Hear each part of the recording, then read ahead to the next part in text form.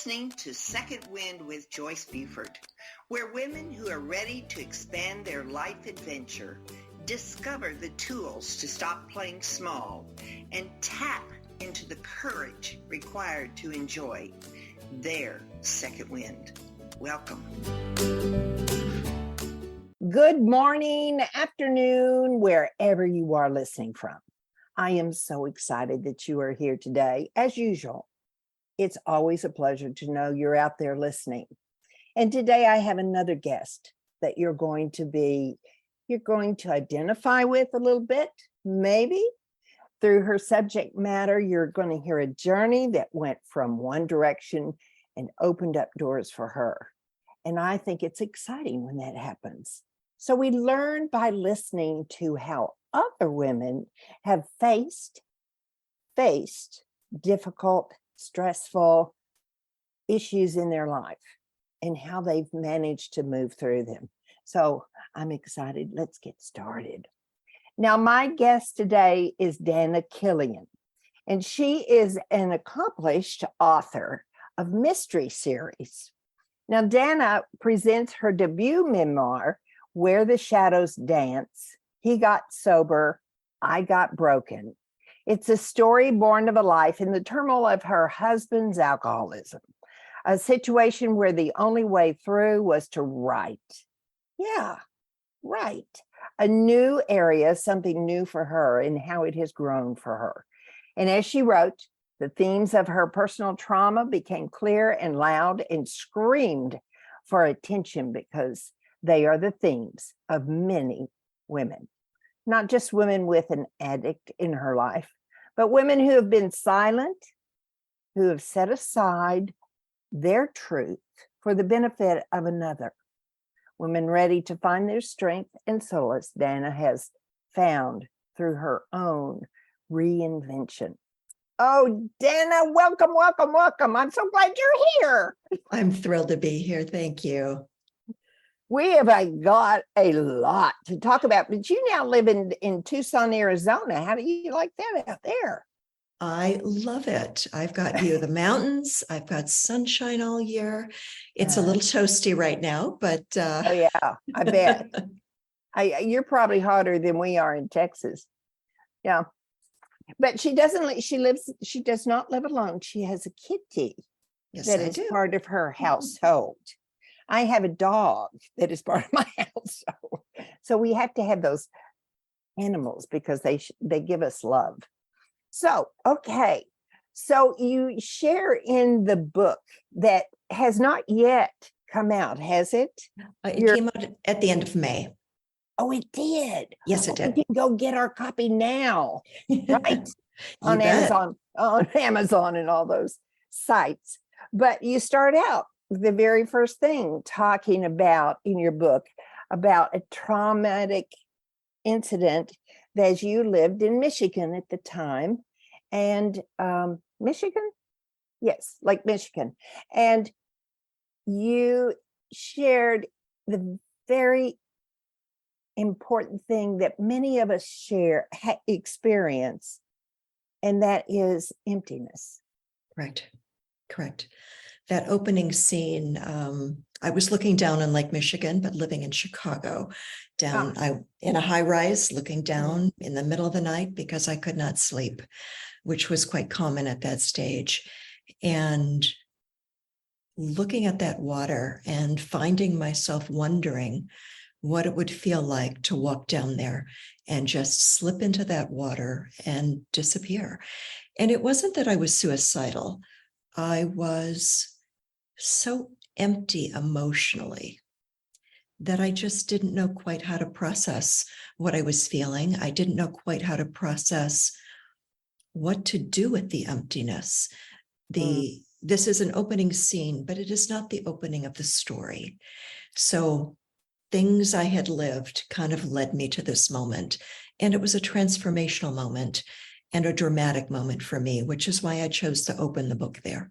Oh, yeah.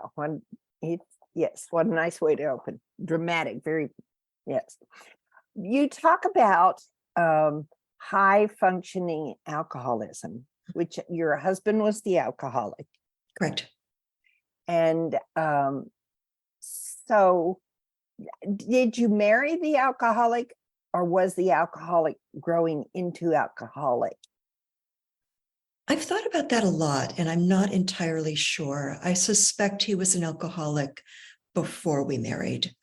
He had a drinking history, but his disease did not present in the ways in which I was familiar with alcoholism. I viewed alcoholism from a very classic, stereotypical lens of stumbling and slurring and being obnoxious. And he was none of those things. It was the need for drink became obvious over time. So I do suspect it was there. I just didn't know. I don't think I could have known. It was a situation in how he handled his drinking that you really had to be very, very close to him to know. Even So through the worst of it, no one knew but me. I assume maybe you came from or grew up in a family where they didn't address alcoholism. There were no alcoholics. There were no alcoholics in the family. Right. I grew up in northern Wisconsin, where drinking is just what you do. But alcoholism was not part of any discussion. Right. So no, I didn't know how to view it. I didn't know what to look for until it started really confusing me and affecting our personal lives, our marriage. And what does that look like when it started affecting your relationship? Well, initially I started finding bottles in strange places. Why is there a beer bottle underneath the seat of the car? It was those kinds of behaviors. It moved into, he went and run errands and I see or smell alcohol. Why is there alcohol in his breath? Because he's gone to the dry cleaner. I see. Yeah. And as I would discuss this with him, what's going on, I always got the proper response, the response I wanted, just a little stressed. He'd be passing out at night. Is that sleep? Is it tired? Is it work? Is it the booze? But I never saw excessive amounts of alcohol. And when I did ask him about it, there was always a reasonable explanation. And there was always a change in his behavior. He acknowledged it. He did not get defensive. He modified his behavior for a time, or modified his behavior in front of me. In some cases, more likely as things got worse. And was this just his disease, or was it a family disease, his birth families as well? We talked about that a bit, and he was not aware of any significant alcohol issues in his birth family. He did indicate some possibility of his grandfather, but it was not discussed. It wasn't considered an issue. It was only on hindsight that he thought perhaps there was something going on. And did he ever go to treatment? As these things tend to go, treatment happened in slow doses as this became an issue that affected our marriage. And we reached a point where therapy was a condition of marriage. And these things escalate. And so one thing leads to another, and the consequences of the actions kind of come and go. They ebb and flow. He would go for months without any obvious signs of drinking. And we would assume that things were going along. But basically, alcoholism is one step forward, 2 or 3 steps backwards. And final rehab did not happen for many, many, many years in. He was a man full of pride, and excusing himself from a very important job for a month, 6 weeks, was not going to work. Right. Yeah. So it took a long time.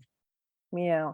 It is a for them meaning the alcoholic, to face socially is something. Sharing it in your family, it becomes almost a safe place for the alcohol to happen, but then allowing it to be announce to your professional life is really a, a difficult thing for them, just to be exposed and to have that name attached to them, I think. I would agree with you, but in our situation, it wasn't even a safe place in our family because Oh, I was the only one that knew. really? Yeah, correct. Oh, Correct. I was the only one that knew. And that's unusual. And that was part of why it was so difficult to wrap my head around what is going on.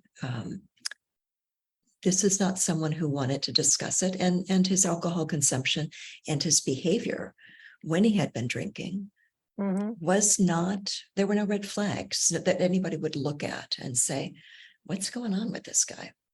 So it was really an undercover issue between myself and my husband.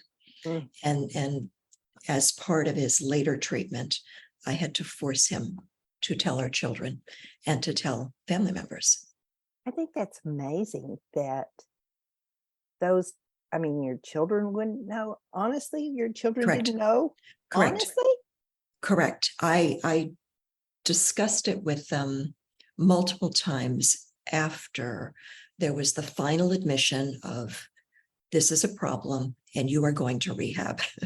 And I did ask that he sit down with the kids. They were in college at that point. And I've discussed it with them, not only at that moment, but several times since, and they really were shocked. That's how good he was at managing the booze. It wasn't about the massive quantities. It was about the consistent need for it. So the kids were shocked. They were absolutely shocked. Right.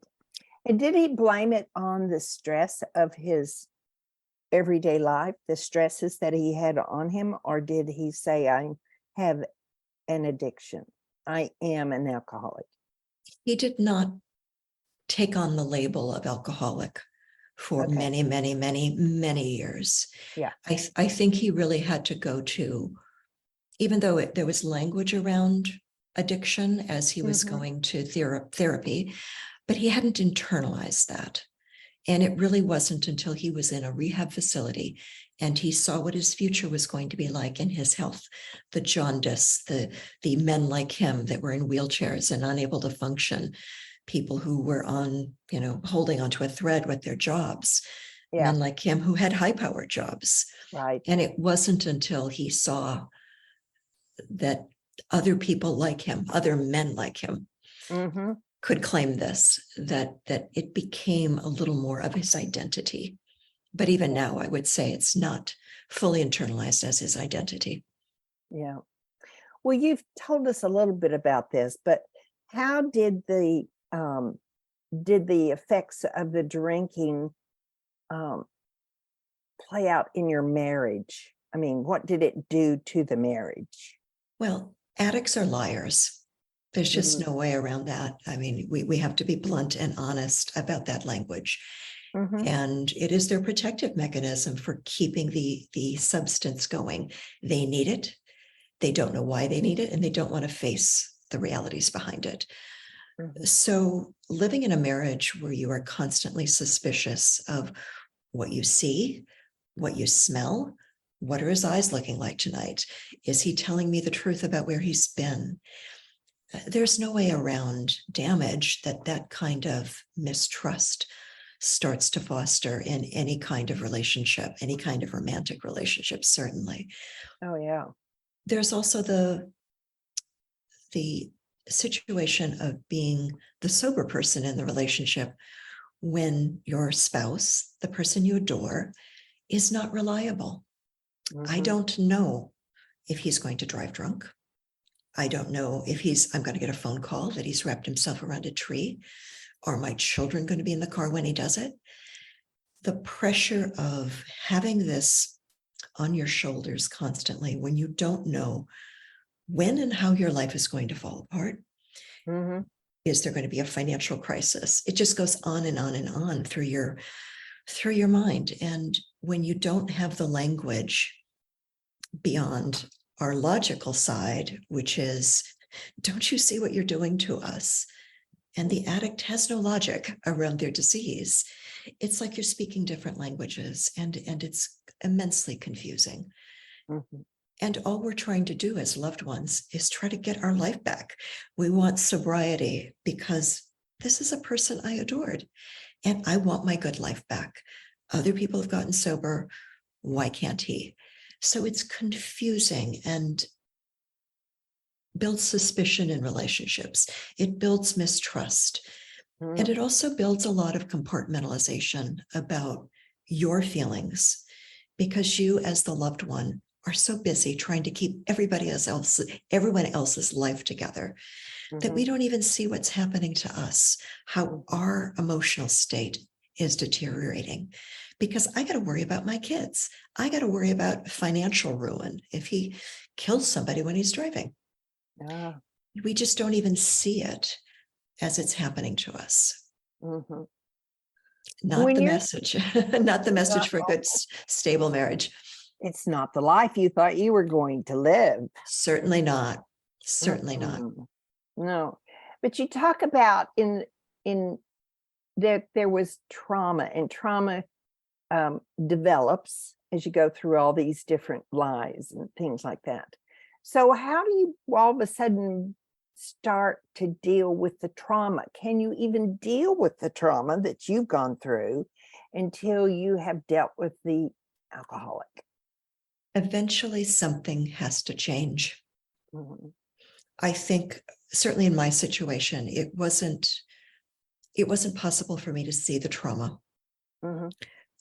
as I lived the day to day. So something had to change in the relationship, whether that was sobriety or ending the relationship.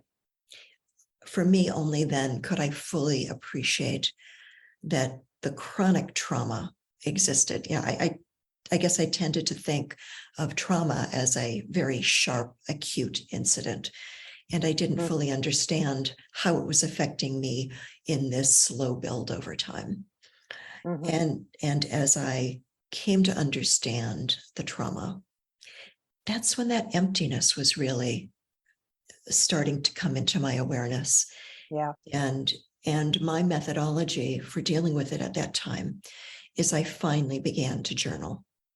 I had seen therapists along the way, trying to get help for myself and trying to get help navigating addiction. How do I speak to him? What do I do? How do I encourage his sobriety? But that wasn't really dealing as much with my own trauma as it needed to. So I started journaling as a supplement to those more formal things. And it was through that I could step back. I could gain perspective on my life, how empty I had become. And all of that is what led up to that moment that we spoke about, of the opening of the book, where I'm standing down at 3 a.m, looking at dark water and wondering what I would do. Yeah. I would have thought the next statement might have said, how did I get here? To have a thought like that. I guess I didn't. I don't recall thinking of that. I did have moments of thinking about myself, of understanding that I was behaving in a way that wasn't the woman I thought I was. Yeah. The world sees me as fairly confident, not terribly afraid of speaking. And here I was, kind of cloistered in this mantle of pain and in the silence around the addiction and the trauma in the marriage. So what is wrong with me? Who is this person that is silent in this situation, when that's not really how I see myself, how the world sees me? So there was a disconnect there of trying to reconcile and rationalize what had happened to me. Yeah. Now, through writing, you have opened up large doors.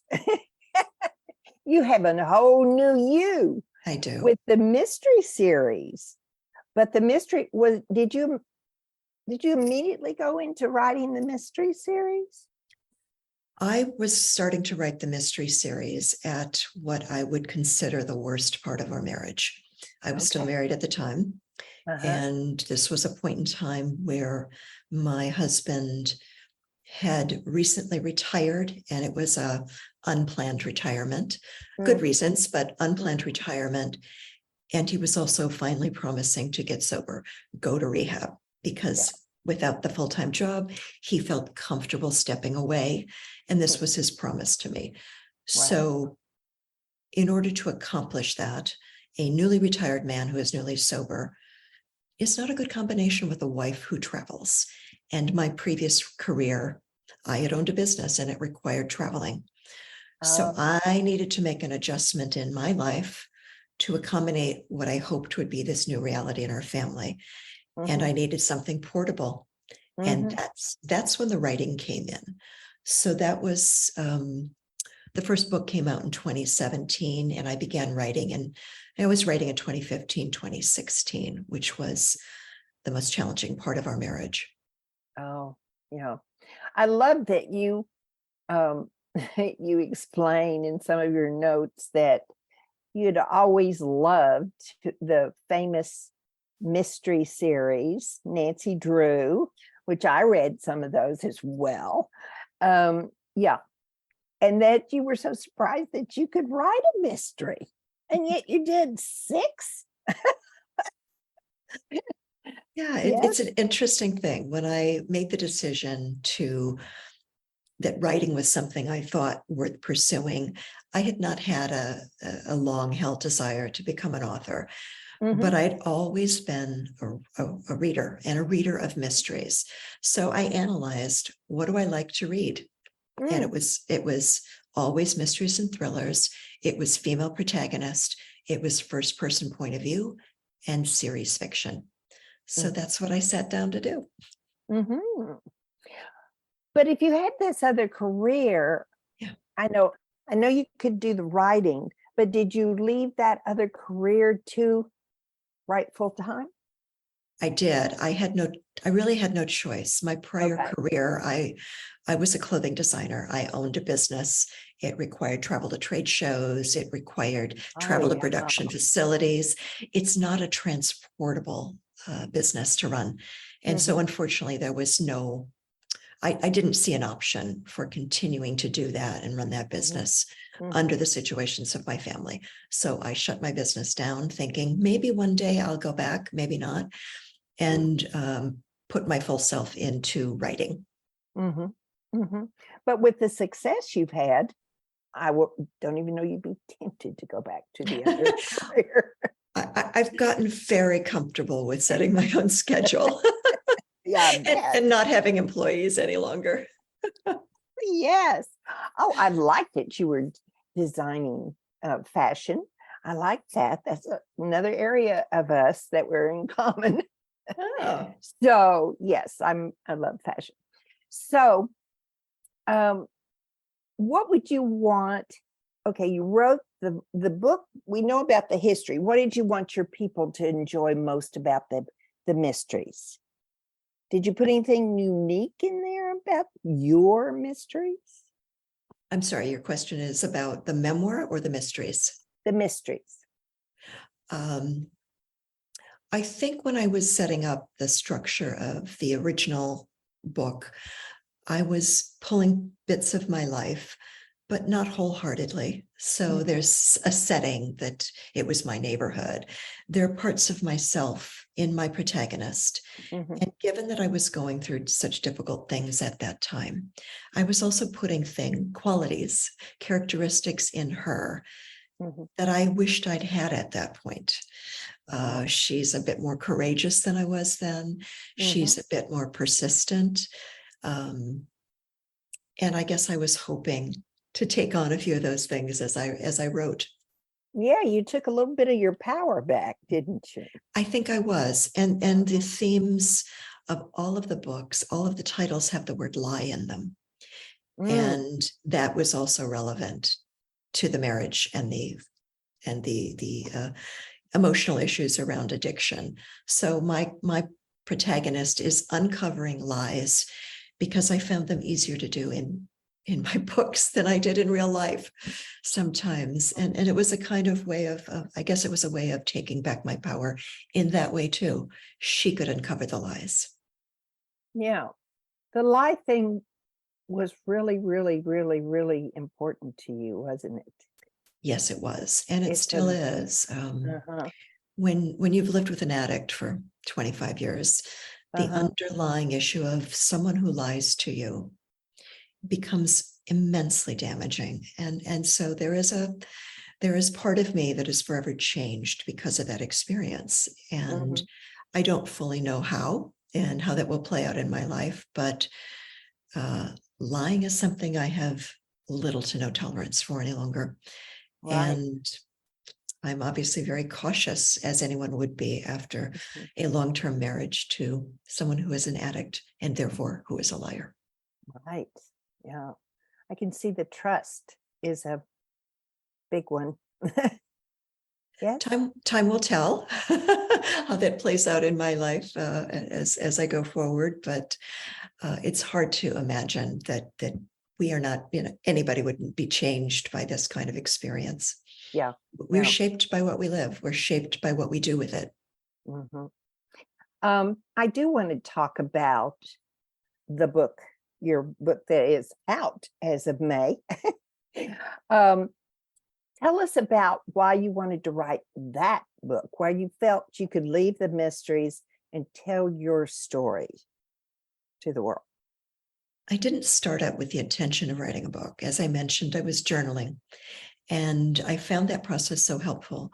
But being a writer already, I understood that there was probably a story in there.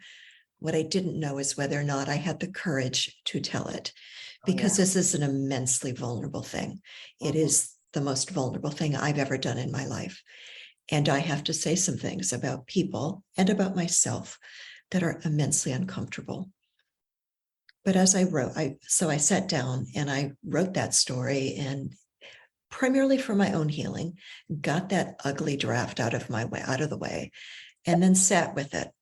What do I do now? Is this my personal therapy, or is there something to be gained by proceeding, revising, doing the work that I need to do here and publishing it? And I sat with that for a long time, and I kept thinking about how important it had been as I wrote to see my truth in those pages, the perspective that I gained. And I also saw in those pages, it was just a horrible first draft, but what I saw in those pages was also how silent I had been. It gave me the chance to step back out of my immediate pain and see the broader message. So I kept going, revising and revising and revising the draft like I would any book I wrote. Mhm. And I saw that if I could learn to find my voice and to discuss this really vulnerable thing, perhaps I could help others end their silence, see themselves, and maybe shed some of their silence and pain, find their own voices in this. And eventually I got to the point where it was just more terrifying not to publish the book than it was to publish the book, because to not publish would be another silencing of me. And I was done with that. Well, the title of the book is Where the Shadows Dance, he got sober, I got broken. And so is he sober today? He was sober when I left the marriage. Okay. I don't know if he has stayed sober. Yeah. Yeah. But I also wanted to ask about I got broken. Were you not broken? I was broken in a different way. So Okay. that particular shift Mm-hmm.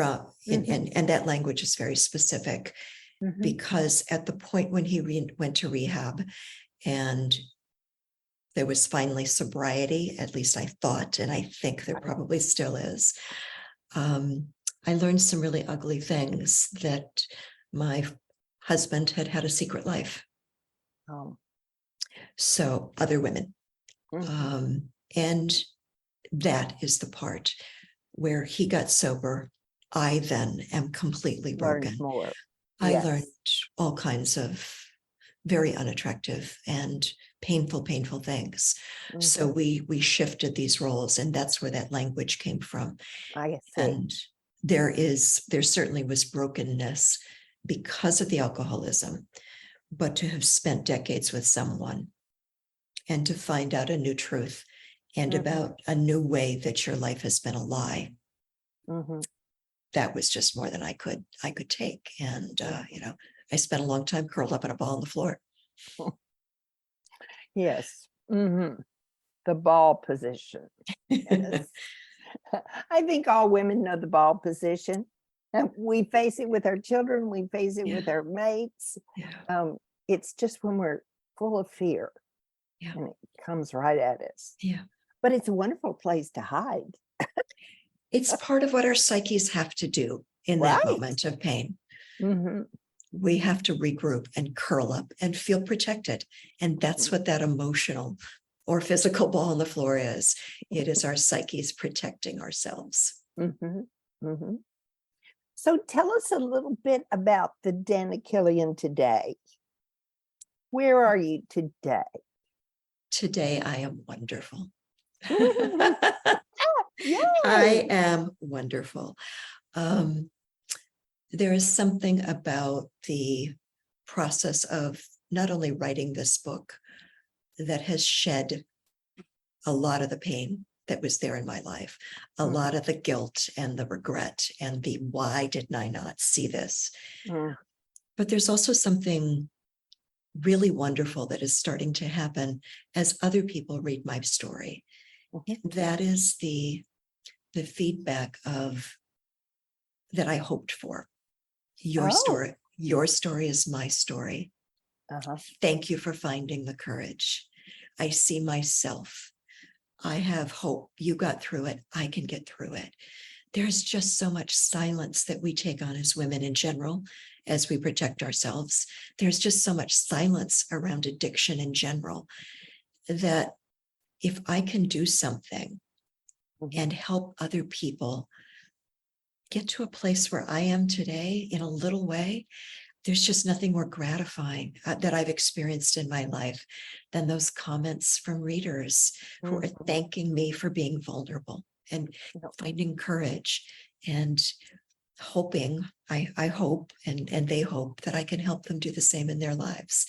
It is nothing that I wished upon myself to live this experience, but I've done something with it. I've taken that pain and I'm turning it into something powerful for me and turning it into something powerful, I hope, for other people. And therefore, I have tremendous gratitude for having experienced this, as awful as it was.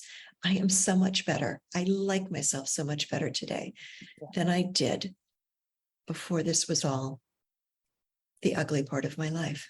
Yeah. Now you're speaking, right? You're telling this in speaking, through speaking. I write articles, I do podcasts, I've done TV interviews. I am sharing this message anywhere somebody wants to talk about it. Very good. Very good. We have to end the silence on what it's like to live in addiction. We cannot heal if we are constantly silent about our trauma, whether it's addiction trauma or not. But as women, this is how we tend to protect ourselves. And we think it's the right thing at the time, and often it is. We're protecting our families.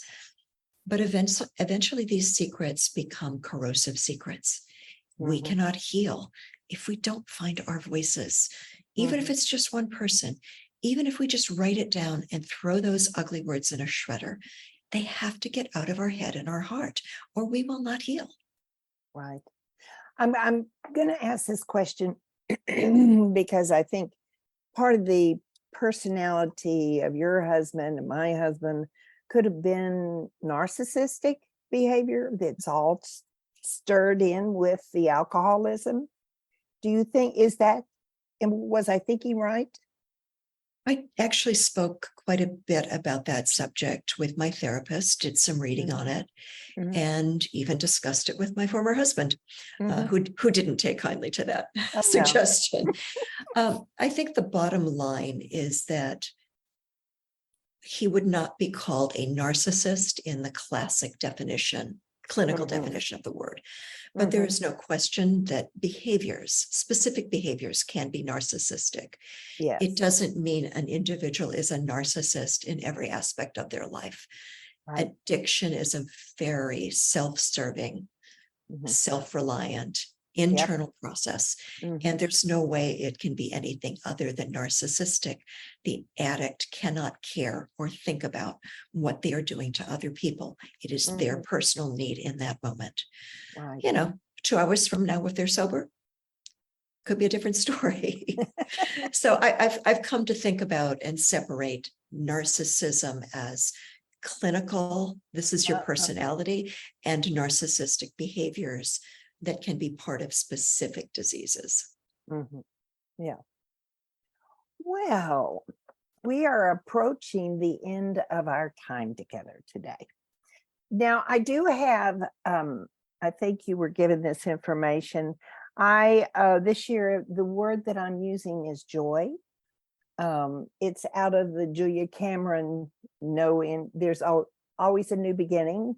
And so I'd like for you, if you would, through all of the growth that you've had and the changes in your life, I'm sure you had these moments, but if you could remember and share with us a joy time, incident, memory that we all go through, but I know they're so unique to our path as to what they are.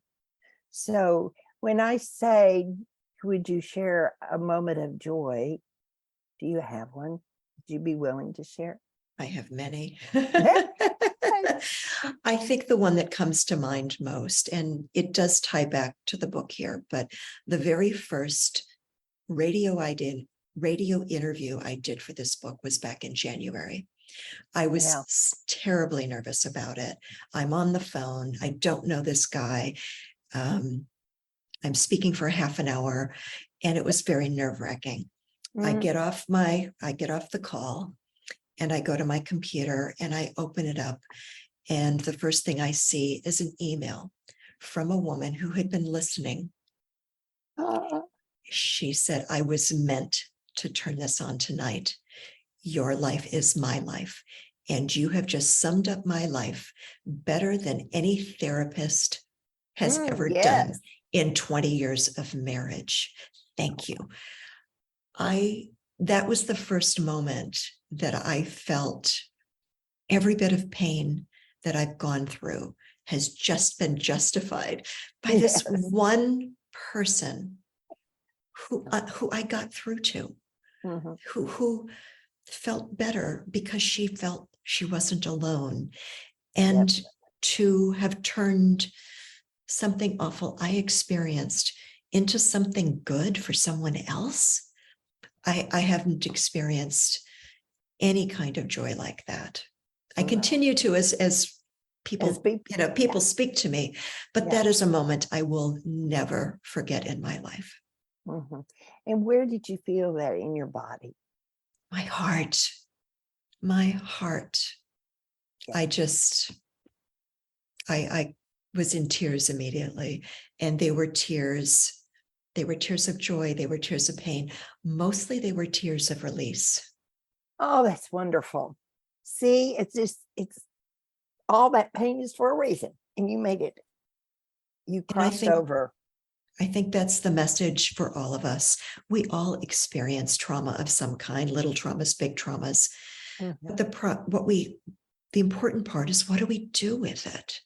Do we sit in our trauma and stay damaged and resentful and angry or hurt and afraid?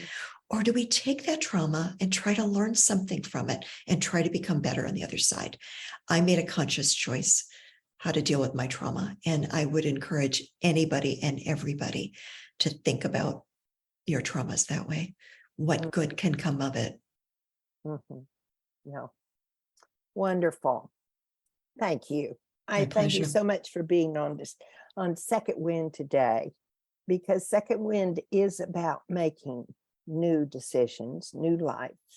And so anyway, thank you. You really brought this to the point here today. My pleasure. So happy to be here. I'm going to say goodbye to my audience and be right back with you. Okay.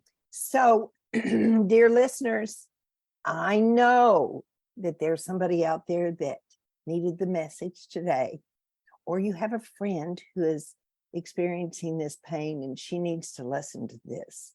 She needs to know about how common addiction is in people's lives and what do we do with it?